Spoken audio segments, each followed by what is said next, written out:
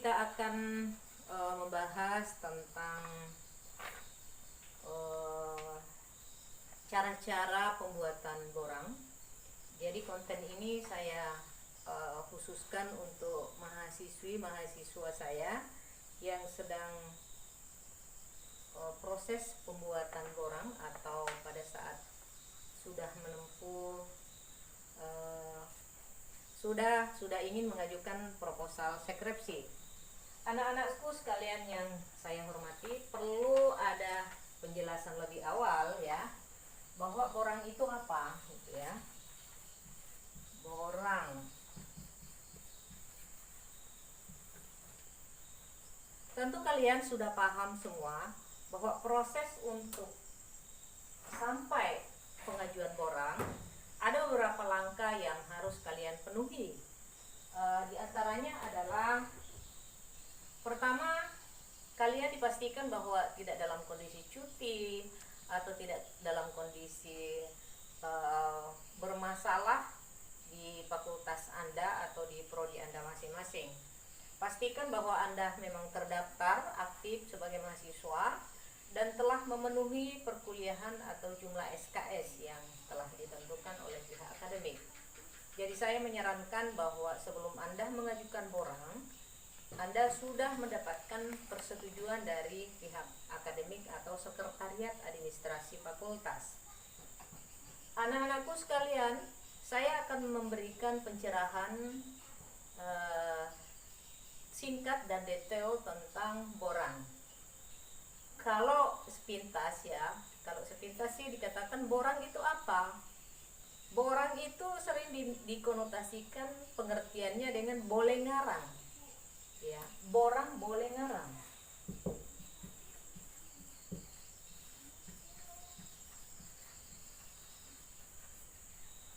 Boleh ngarang. Nah, pertanyaannya, apakah benar pengertian borang itu boleh ngarang? Sebetulnya itu adalah selentingan saja, tetapi pada kenyataannya memang banyak di antara mahasiswa-mahasiswi itu hanya sekedar mengarang, memilih judul yang tanpa dianalisis secara mendalam sebelumnya lalu diajukan. Inilah bentuk borangnya. Ujung-ujungnya nanti adalah penolakan oleh semua pihak, terutama kepada PA-nya. Baik, PA. PA itu adalah penasehat akademik, ya. Apakah penasehat akademik ini yang sepenuhnya bertanggung jawab terhadap kualitas pengajuan borang Anda? Tentu tidak. Tanggung jawab sepenuhnya adalah mula-mula oleh pribadi atau Anda sendiri. Ini Anda.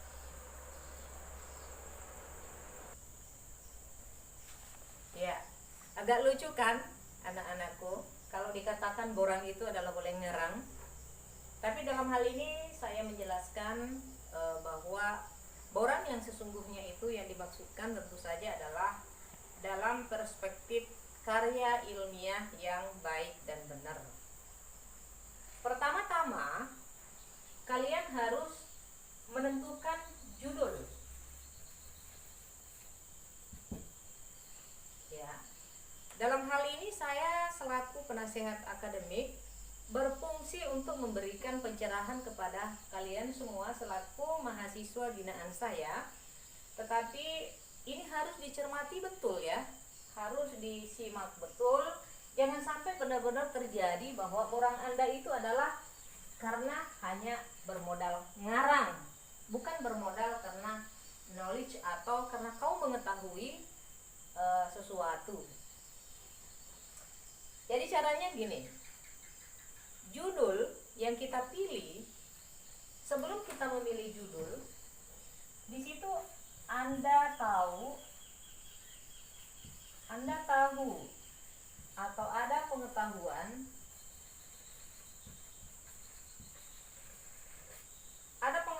yang Anda miliki terhadap judul tersebut.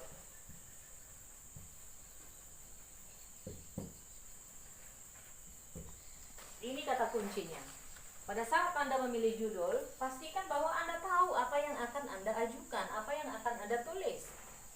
Misalnya, zaman sekarang ini kan lagi ngetren pandemi, ya. Akibat pandemi virus corona ini menyebabkan banyaknya terhambat media pembelajaran, ataukah akibat coronavirus 19 menyebabkan situasi pembelajaran kita ini terhenti sejenak dan bahkan bisa dikatakan tidak maksimal. Ya, apakah itu menarik untuk diteliti? Boleh. Nah, kita mengangkat judul, jangan meneliti tentang corona. Ini kontennya, jangan meneliti tentang corona. Sekalipun corona itu adalah kasus yang sangat ngetren hari ini dan sangat fenomenal. Mengapa itu tidak lazim? Mengapa itu tidak penting diteliti? Karena ini adalah sebuah fakta yang sudah detail, terungkap, dan terupdate. Tidak ada orang yang tidak mengerti tentang corona. Lalu judul itu diangkat untuk apa? Supaya kita akan mengeksplor peristiwa yang atau ada nilai-nilai substansi yang urgent, yang tersembunyi, yang memang sekiranya tidak diungkap oleh kita, maka orang tidak pernah tahu. Jadi ada sesuatu yang kita anggap bahwa sebuah peristiwa atau sebuah subjek, apabila kita tidak mengungkapnya, maka tidak akan pernah terekspos. Maka karena itulah kita hadir untuk menelitinya. Nah, sebelum terlalu jauh, tentu kita harus membuat kemasan judul yang menarik. Tidak hanya menarik, tapi memang kita tahu bahwa hal yang akan kita teliti, kita ada pengetahuan di dalamnya. Kemudian ada rasa simpati terhadap peristiwa itu, atau ada kecintaan terhadap peristiwa itu. Itu dua. Ada rasa tahu dan ada rasa senang atau simpati. Kita bersimpati dengan peristiwa itu, tahu dan bersimpati, selesai. Pilihlah objek permasalahan itu. Berarti dalam hal ini harus kita mengetahui dalam sebuah objek permasalahan kita kemas dalam sebuah judul. Ingat, teori tentang pembuatan judul anak-anakku itu ada rahasianya. Saya akan berikan tipsnya. Sebuah judul harus lengkap dengan SPOK. Ini yang harus hadir dalam sebuah judul. Apakah judul itu harus panjang? Tidak. Apakah judul itu harus singkat? Tidak juga. Tapi judul itu yang sesungguhnya yang bagaimana? Anak-anakku, tentu ini rahasianya, ya. Subjek, apa itu S? Subjek, predikat, objek, dan keterangan. Lebih jelas. Jadi ya, saya ulangi kembali bahwa sebuah judul kita kemas dalam bentuk kalimat. Jadi kalimatnya itu upayakan sampai 14 kata saja. 14 kata. 14 kata ini meliputi SPOK, subjek, predikat, objek, dan keterangan. Jadi pastikan di dalam kata-kata yang kita susun di dalam judul itu lengkap dengan SPOK-nya. Jangan sampai ada predikatnya tapi tidak ada objeknya. Jangan sampai ada predikat objek tapi tidak jelas subjeknya apa. Nah, kalau keterangan ini sudah pasti bahwa ini adalah menunjukkan tempat. Ya. Nah, inilah rahasia-rahasia yang harus Anda pastikan.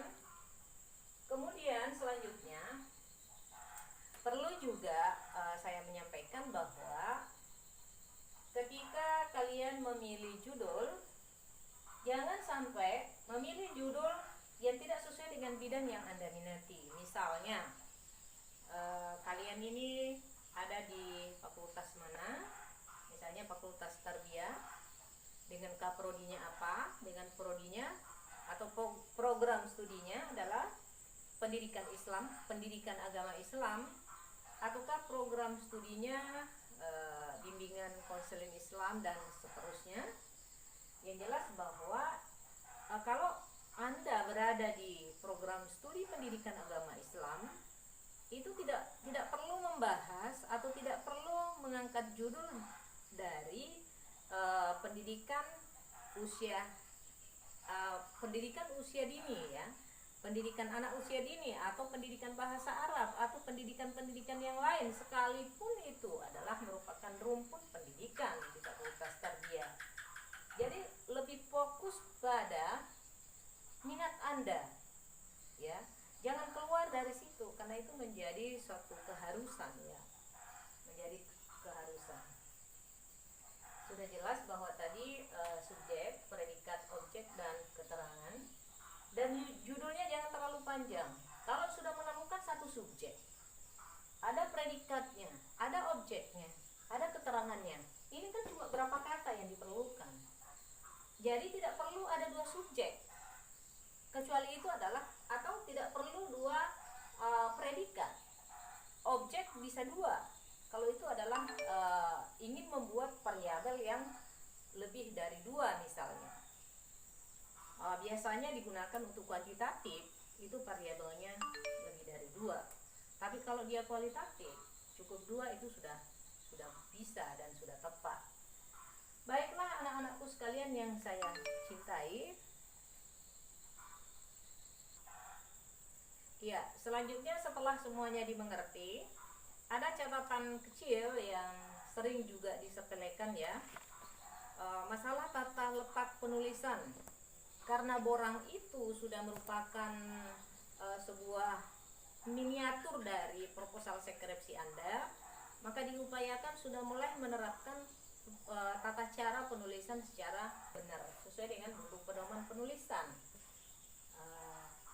Perhatikan mulai dari font 12, jenis hurufnya Times New Roman, kemudian spasi 1/2.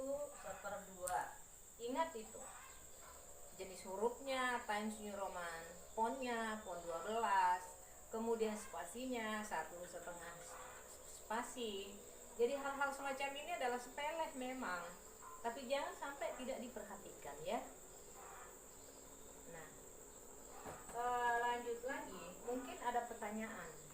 Saya sering menjumpai begini, ketika itu sudah ujian skripsi bahkan ya, banyak sekali yang terjadi, teman-teman kalian itu judulnya itu belum kelar gitu loh.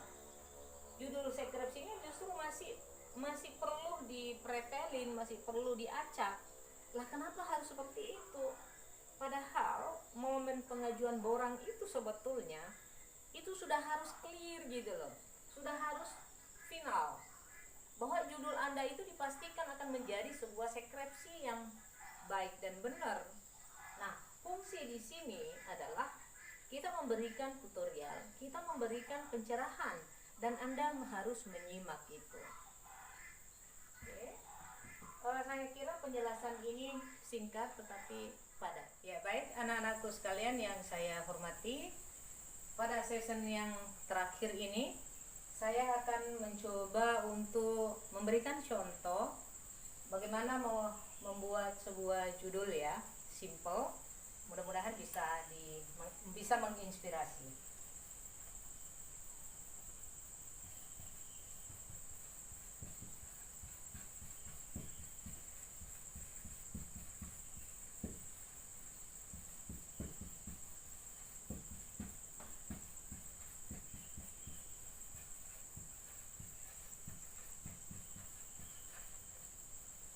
Pelestarian adat dan budaya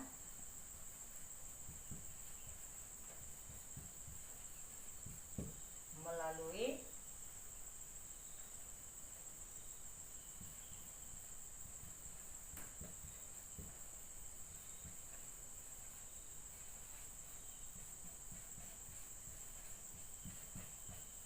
pelestarian adat dan budaya melalui pesta ruahan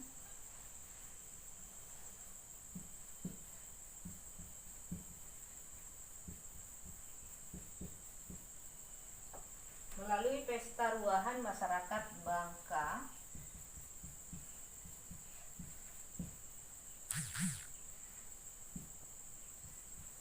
di Kecamatan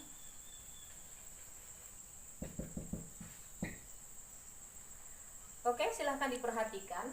Ini sangat simpel, sudah lengkap dengan SPOK-nya mudah-mudahan ya.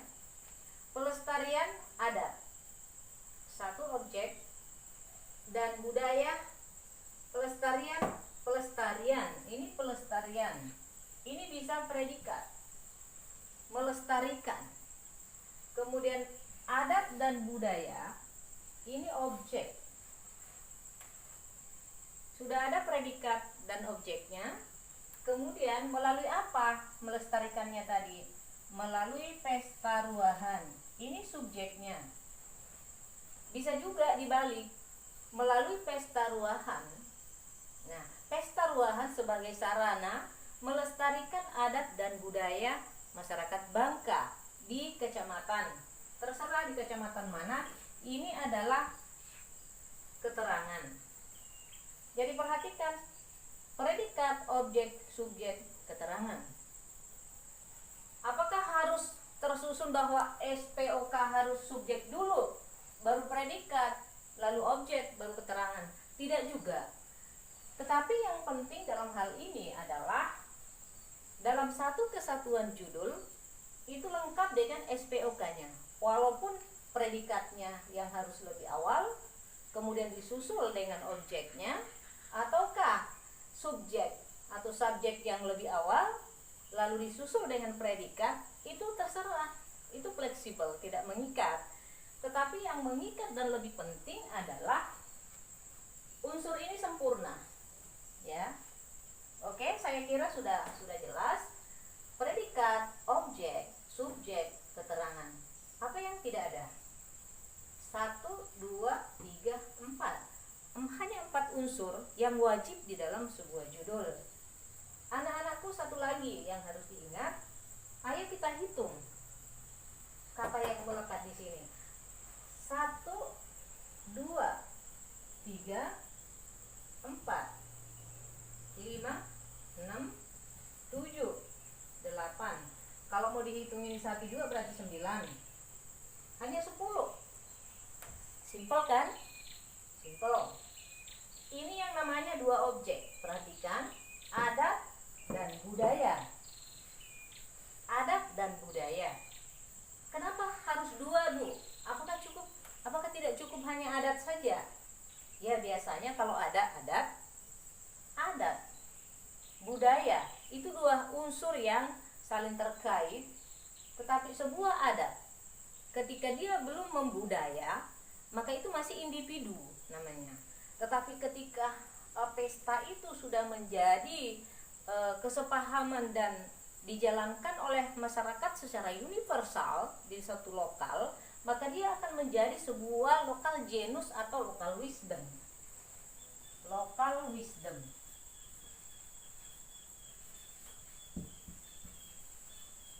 Lokal wisdom ini sama dengan yang dimaksudkan adalah